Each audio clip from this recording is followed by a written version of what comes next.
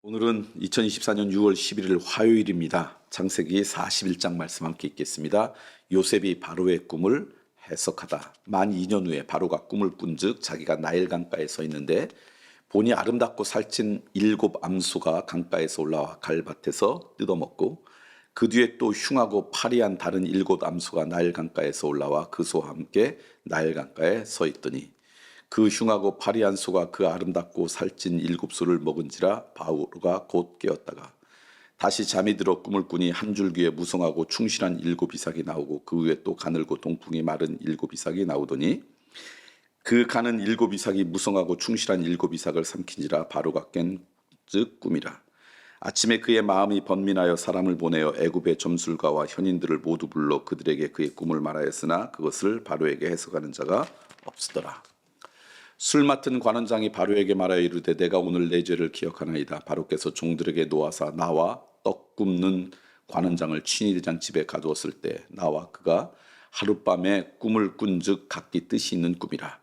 그곳에 친위대장 종된 히브리 청년이 우리와 함께 있기로 우리가 그에게 말하며 그가 우리의 꿈을 풀되 그 꿈대로 각 사람에게 해석하더니 그 해석한 대로 되어 나는 복직되고 그는 매달렸나이다.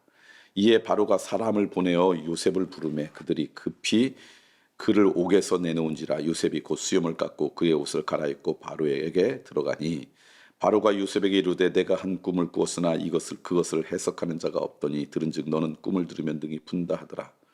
요셉이 바로에게 대답하여 이르되 내가 아니라 하나님께서 바로에게 편안한 대답을 하시리이다.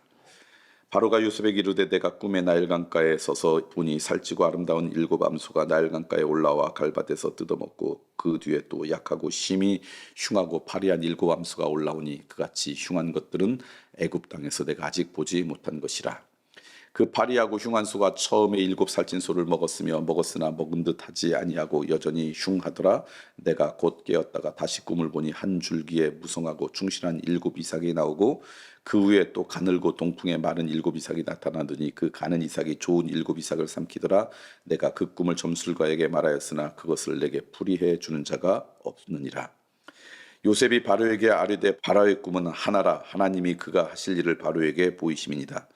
7 좋은 암소는 7회요 7 좋은 이삭도 7회니 그 꿈은 하나라. 그 위에 올라온 파리하고 흉한 7소는 7년이요 동풍에 말라 속이 빈 7이삭도 7회 흉년이니 내가 바로에게 이르기를 하나님이 그가 하실 일을 바로에게 보이신다함이 이것이라. 온 애굽 땅에 7회 큰 풍년이 있겠고 후에 7회 흉년이 들므로 애굽 땅에 있던 풍년은 다 잊어버리게 되고 이 땅이 그 기근으로 망하리니 후에 든 그 흉년이 너무 심함으로 이전 풍년을 이 땅에서 기억하지 못하게 되리이다. 바로에게 꿈을 2번 겹쳐 꾸신 것은 하나님이 이 일을 정하였음이라. 하나님이 속히 행하시리니 이제 바로께서는 명철하고 지혜 있는 사람을 택하여 애굽 땅을 다스리게 하시고 바로께서는 또 이같이 행하사 나라 안에 감독관들을 두어 그 7회 풍년의 애굽 땅의 모든 5분의 1을 거두되 그들로 장차올 풍년의 모든 곡물을 거두고 그 곡물을 바로의 손에 돌려 양식을 위하여 각 성읍에 쌓아두게 하소서. 이와 같이 그 곡물을 이 땅에 저장하여 애굽 땅에 임할 7회 흉년에 대비하시면 땅이 이 흉년으로 말미암아 망하지 아니하리이다. 요셉이 애굽의 총리가 되다. 바로와 그의 모든 신하가 이 일을 좋게 여긴지라. 바로가 그의 신하들에게 이르되 이와 같이 하나님의 영에 감동된 사람을 우리가 어찌 찾을 수 있으려 하고 요셉에게 이르되 하나님이 이 모든 것을 내게 보이셨으니 너와 같이 명철하고 지혜 있는 자가 없도다. 너는 내 집을 다스리라. 내 백성이 다 내 명령에 복종하리니 내가 너보다 높은 것은 내 왕자뿐이니라. 바로가 또 요셉에게 이르되 내가 너를 애굽 온 땅의 총리가 되게 하노라 하고 자기의 인장 반지를 빼어 요셉의 손에 끼우고 그에게 세마포 옷을 입히고 금사슬을 목에 걸고 자기에게 있는 버금 수레에 그를 태우매 무리가 그의 앞에서 소리 지르기를 엎드리라 하더라. 바로가 그에게 애굽 전국을 총리로 다스리게 하였더라. 바로가 요셉에게 이르되 나는 바로라. 애굽 온 땅에서 내 허락이 없이는 수족을 놀릴 자가 없으리라 하고 그가 요셉의 이름을 사부 낫 바네아라 하고 또 온의 제사장 부디베라의 딸 아스낫을 그에게 주어 아내로 삼게 하니라. 요셉이 나가 애굽 온 땅을 순찰하니라. 요셉이 애굽 왕 바로에게 설 때 30세라. 그가 바로 앞을 떠나 애굽 온 땅을 순찰하니 일곱 해 풍년에 토지 소출이 심히 많은지라 요셉이 애굽 땅에 있는 그 7년 곡물을 거두어 각 성에 저장하되 각 성읍 주위에 밭에 곡물을 그 성읍 중에 쌓아두매 쌓아둔 곡식이 바다 모래같이 심히 많아 세기를 그쳤으니 그 수가 한이 없음이더라. 흉년이 들기 전에 요셉에게 두 아들이 나되 곧 온의 제사장 보디베라의 딸 아스낫이 그에게서 낳은지라. 요셉이 그의 장남의 이름을 므낫세라 하였으니 하나님이 내게 내 모든 고난과 내 아버지의 온 집을 잊어버리게 하셨다 하며 차남의 이름은 에브라임이라 하였으니 하나님이 나를 내게 수고한 땅에서 번성하게 하였다 함이었더라.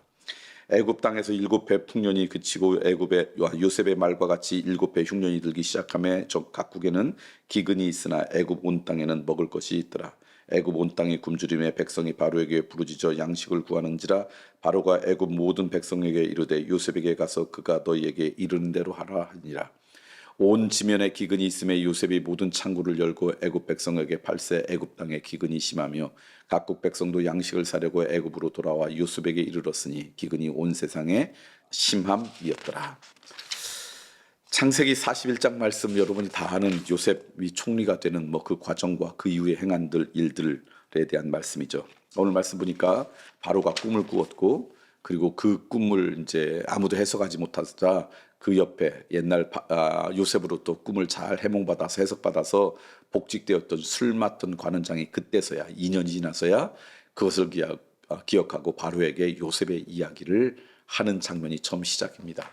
그러니까 지난주에도 나눴던 것처럼 그때는 약속하고 내가 나가서 널 잊지 않을게. 그런데 잊었잖아요. 이게 인간이 갖고 있는 한계죠. 인간이 갖고 있는 한계고 또 인간을 신뢰받자 늘 배신당한다. 그런 말씀을 드렸어요. 근데 술 맡은 관원장이 갖고 있는 어떤 본받을 점, 강점은요. 2년이 지났지만 정말 중요할 때 요셉을 기억했다는 거예요. 2년쯤 지났음에도 불구하고 요셉을 기억해냈다. 이게 이제 술 맡은 관원장이죠. 그러니까 이런 것입니다.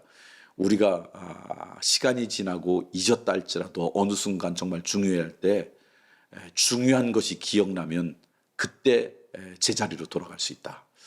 술 맡은 관원장이 2년 동안 잊었는데 2년 후에 나라가 위기 가운데 있을 때 바로의 꿈을 해석하지 못해 그때 요셉을 기억했다. 이것은 술 맡은 관원장이 아름답게 기여한 것입니다. 저는 여러분이 정말 중요할 때 평소에 잊었던 아름다움이 정말 잊었던 하나님의 은혜가 정말 잊었던 하나님의 그 말씀이 기억나는 그런 인생이 되었으면 좋겠어요. 정말 중요할 때 무엇이 기억나냐에 따라서 우리의 인생은 달라지는데 그때 정말 귀한 것이 기억나고 하나님께서 하신 일들이 기억났으면 좋겠다. 술 맡은 관원장의 삶을 통해 우리가 배우는 것입니다.